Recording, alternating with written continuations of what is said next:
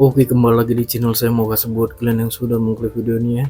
Kali ini terkait nasib Yusuf Prapto yang setelah menghina lewat lukisan. Wah, kita lihat ya gimana videonya. Sebelum kita ke video, bantu subscribe dulu channel saya yang belum subscribe. Tidak tunggu lama, kita ke videonya langsung. Let's go.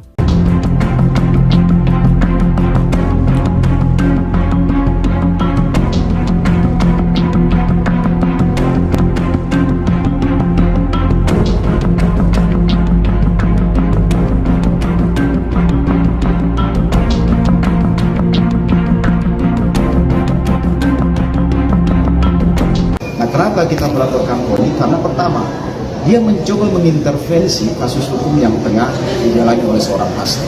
Itu clear kasus KPK. Silakan KPK ini jangan bangun opini publik di luar, apalagi dia hidup saya. Kalau mau fair, Tuh, pokoknya bikin gaduh lah.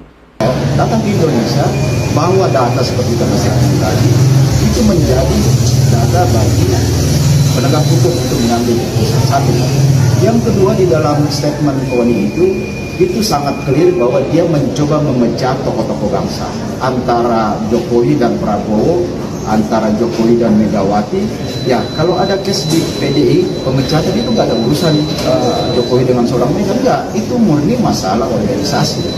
Jangan dipelintir menjadi sesuatu yang membangun bom waktu untuk memecah tokoh-tokoh bangsa ini. Itu yang kedua, kesalahan besar.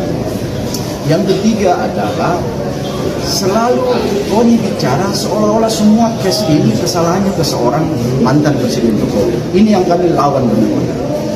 Ketum PDIP Megawati Soekarno Putri dalang utama mega korupsi ratusan triliun rupiah terkait kasus bantuan likuiditas Bank Indonesia atau BLBI. Saat krisis 1998, sedikitnya ada 48 bank mendapat kucuran dana segar senilai total 144 triliun rupiah dari Bank Indonesia. Badan Pemeriksa Keuangan atau BPK mencatat hanya 6 triliun saja dari jumlah 144 triliun yang digunakan sebagaimana mestinya. Utang piutang itu belum dilunasi oleh bank-bank penerima. Akan tetapi Megawati Soekarno Putri justru menerbitkan Instruksi Presiden atau Inpres nomor 8 tahun 2002. Langkah Ketum PDIP Megawati saat itu sebagai presiden menyebabkan utang bank debitur dianggap lunas begitu saja dengan diterbitkannya surat keterangan lunas BLBI. Kerugian negara ratusan triliun rupiah itu menguap begitu saja. Mereka yang sempat dijerat tersangka yaitu mantan Ketua Badan Penyihatan Perbankan Nasional atau BPPN Syafruddin Temenggung dan mantan Dirut Bank Dagang Nasional Indonesia atau BDNI Syamsul Nur Salim bisa lolos dari jerat hukum setelah menikmati puluhan triliun rupiah uang negara. Diterbitkannya Inpres nomor 8 tahun 2002 saat Ketum PDIP Megawati Soekarno Putri, jabat presiden itu menjadi dalih kasus mega korupsi legendaris BLBI ratusan triliun rupiah.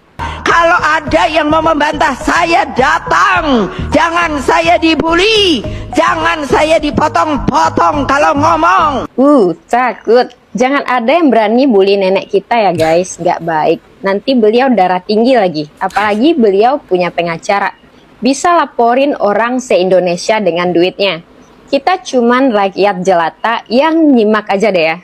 Namanya juga udah nenek-nenek, baperan dan sensitif pula. Meskipun faktanya, beliau yang ngebully duluan. Ops, abis nenek-nenek dikasih mic sih. Kasih tasbih harusnya, biar ingat jalan pulang. Tukang bakso yang nggak salah aja dibully. Jokowi juga kena bully. Hanya beliau aja yang layak ngebully.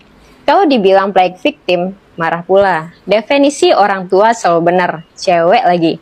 Kita aja deh yang salah. Padahal yang motong-motong pembicaraan siapa, yang waktu matiin mic juga anak siapa, harusnya sih di usia senja tunjukin etika dan tata krama dalam berbicara.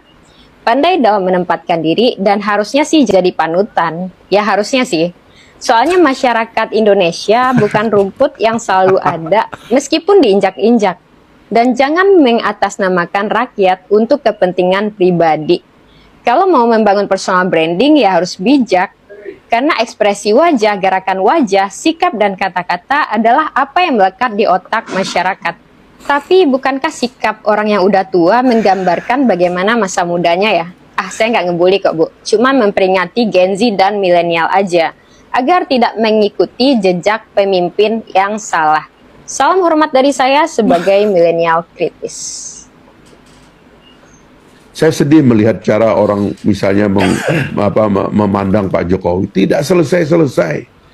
Apakah mudah menjadi Jokowi di tengah iklim politik yang tidak baik? Ketika partai politik seenaknya main di belakang, mentorpedo kekuatan presidensialisme, bermain sendiri, ugal-ugalan. Sekarang tiba-tiba kita mengikuti partai yang merusak sistem presidensialisme itu untuk menyerang Pak Jokowi, dan kemudian seolah-olah dia nggak ada jasanya. Pak Jokowi menatanya dengan baik, membangun rekonsiliasi dan mengajak Pak Prabowo dalam satu rekonsiliasi untuk membangun kekuatan masa depan, serta meninggalkan partai-partai yang ekstremis karena kemudian menganggap partainya adalah segala-galanya. Janganlah kita ini mau diadu domba dengan pemimpin-pemimpin politik kita yang baik. Saya bilang jangan mau. Ini oposisi ngawur yang tidak mau ya umat itu menjadi pendukung negara. Mereka mau umat ini berantem dengan negara yang pesta pora mereka. Buat apa kemudian mau disetting oleh orang untuk berkelahi dengan negara, menghantam pemimpin sehingga keharmonisan kita dalam membina umat kita ini menjadi diganggu oleh mereka. Saya mengkritis itu institusi yang didanai oleh beberapa filantropis global yang punya motif jelek, ya. Yang misalnya menyebut Pak Jokowi itu adalah raja koruptor. Bagaimana orang bisa korup? Ya, tiba-tiba seolah-olah partainya jadi suci gitu, dan semua cuci tangan. Kan nggak boleh begitu dong.